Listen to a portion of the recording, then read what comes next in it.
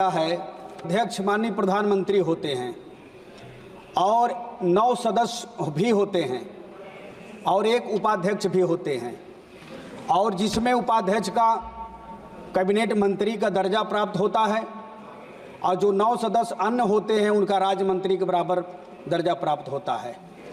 अब इनको काम करना चाहिए। मुझे लगता है कि माननीय सदस्य को न पद दे करके मंत्री जी लोगों को पद दिया गया है, तो वो खाली कहाँ हैं? वो तो अपने काम में बिजी रहते हैं। तो इसलिए आपसे मैं कहना चाहूँगा कि माननीय मंत्री जी, इस प्राधिकरण में ज़्यादा नौकरशाही है, इसमें सिर्फ नीचे का दृष्टिकोण अपनाया गया है। इस वजह से निर्णय लेने का काम केंद्र में होता है और स्थानीय अधिकारियों को नज़रअंदाज कर दिया जाता है। इससे आपदाओं के दौरान प्रतिक्रिया देरी से होता है। इस अधिनियम में आपदा और विपत्ति जैसे हम शब्दों की परिभाषाएं साफ नहीं है।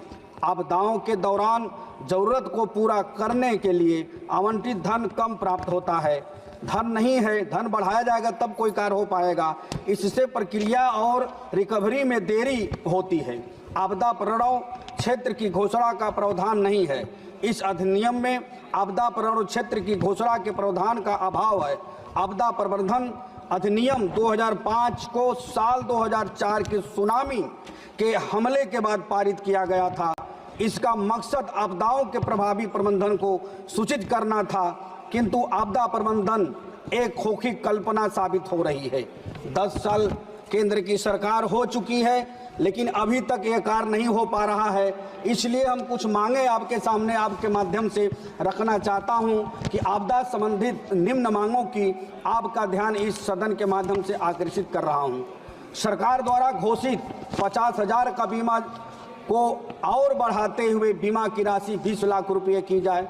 सभी आपदा मित्र एवं आपदा सखी को राज्य आपदा प्रबंधन प्राधिकरण का कर्मचारी घोषित किया जाए।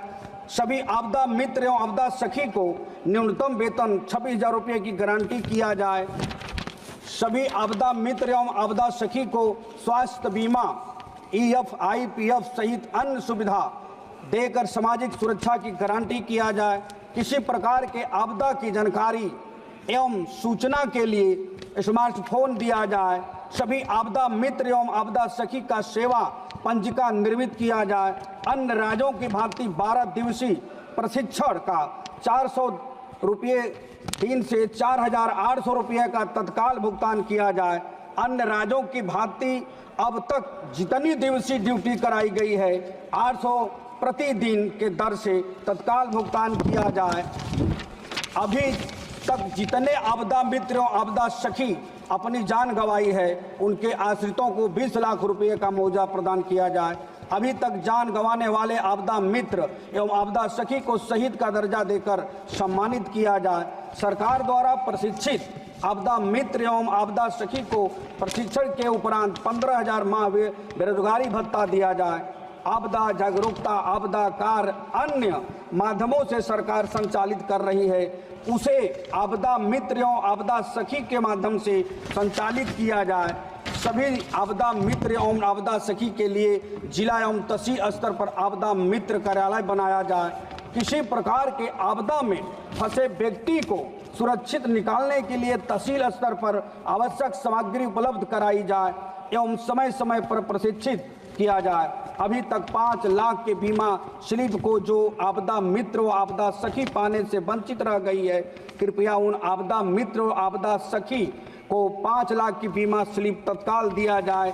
और हमने लिखा था, अब आपके माध्यम से मैं कहना चाहूँगा कि आपदा प्रबंधन संशोधन विधेयक सुधारना पड़ेगा।